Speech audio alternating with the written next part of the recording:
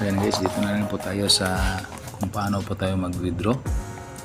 Una, punta tayo sa ating Jump Mining app. Ayan, pasok po tayo.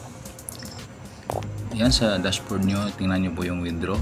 Tingnan nyo muna yung balance mo kung kaabot po ng $1 kasi yung minimum withdrawal natin, yung amount is $1 po, at least $1. So ganun lang po, i-click nyo lang po yung withdraw at pagkatapos yung Philippine peso po,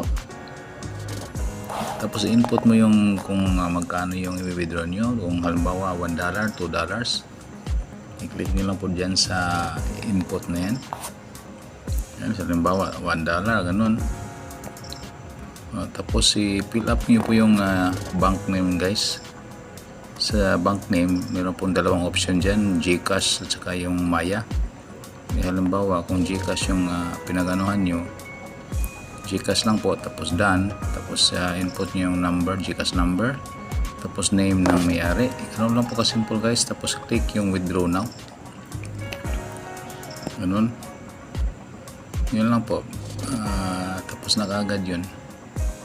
Tapos after that, halimbawa subukan natin talagang withdraw na isa ng $1, ganyan, successful yan. Tapos punta ka doon sa may withdrawal records para makita nyo po yung kuan na yan, processing na po siya. Yun lang po kasimple guys. Antayin nyo lang po yung mga 5 minutes to 24 hours. Yun po yung duration po ng ating withdrawal transaction. So huwag kayong mag-alala guys kung halimbawa medyo sa tingin nyo natatagalan, kasi as far as nag-withdraw ko, wala pa naman pong palpak, talagang pumapasok talaga.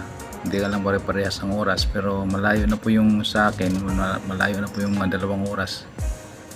Yung mga sa akin mga 5 minutes to 2 hours lang, pero yung sa company is 5 minutes to 24 hours para safe.